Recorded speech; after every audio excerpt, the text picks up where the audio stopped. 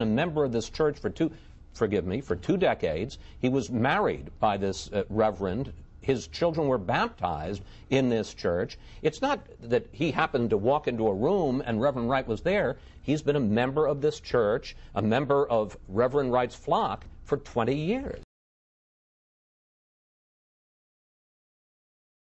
Statements. He is like an old uncle who sometimes will say things that I don't agree with.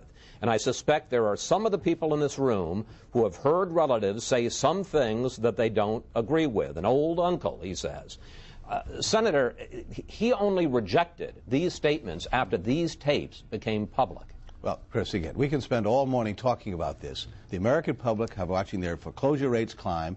Oil prices are going up. Well, sir, you're changing the subject. I'm asking you. Well, of course, this is subject matter. You don't think it's relevant that this man was a member of this church for 2 decades? No, you've made it relevant. And this fellow, we've made it relevant here for the last 4 or 5 days in this network. But the fact of the matter is, it's not just this network, sir. I know, but the fact of the matter is, people like to move on to other things. I've answered your question. Well, I don't think you have answered it, because you said that he answered it, that he rejected it very quickly. He didn't reject it quickly. The fact is, last month, when he's known about it, he said he's a crazy old uncle. Well, going back and reviewing at what point who said what rejected them here, whether it did it a month ago or a week ago, he's rejected them. I think that's the important point. And again, guilt by association here is something we've got to stay away from in this country. Anyone involved in public life, Chris, has been places, have been with people who have said and done things. We move on. He's rejected it. Senator, it isn't a question of guilt by association.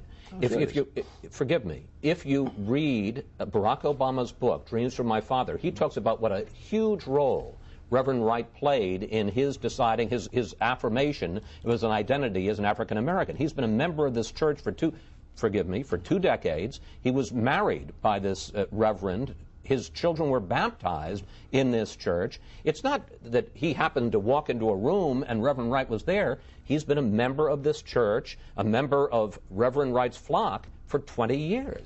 Senator Schumer, are you troubled that Obama would belong to a church, be married by a minister, have his children baptized by a minister who says these kinds of things? No, I agree with Chris here. Look, each campaign is wide-ranging. Supporters are all over the place. And you will find in every campaign, you have Senator McCain endorsed by a reverend who said very anti-Catholic things. You've had the problems our campaign had with certain statements that Geraldine Ferraro made. If you are going to ascribe what every supporter says, every word they say to the candidate themselves, you know, you're going to just be in an unproductive. We have major issues facing us in America, whether it's the war, the economy, and I do believe, you know, past elections have had too much emphasis on these things. This election won't, Chris, and the reason is people are worried about the future of the country and they want a real discussion on issues. Well, let me just ask you, if I may for just a moment, this isn't just a supporter. This is a man who was the head of his church for 20 years. Are you telling me, because I'm a little surprised at this, Senator, you're not troubled that that Barack Obama belonged to a church which had a Reverend Wright, who said that the U.S. has sponsored state terrorism through Israel against the Palestinians? That doesn't bother you?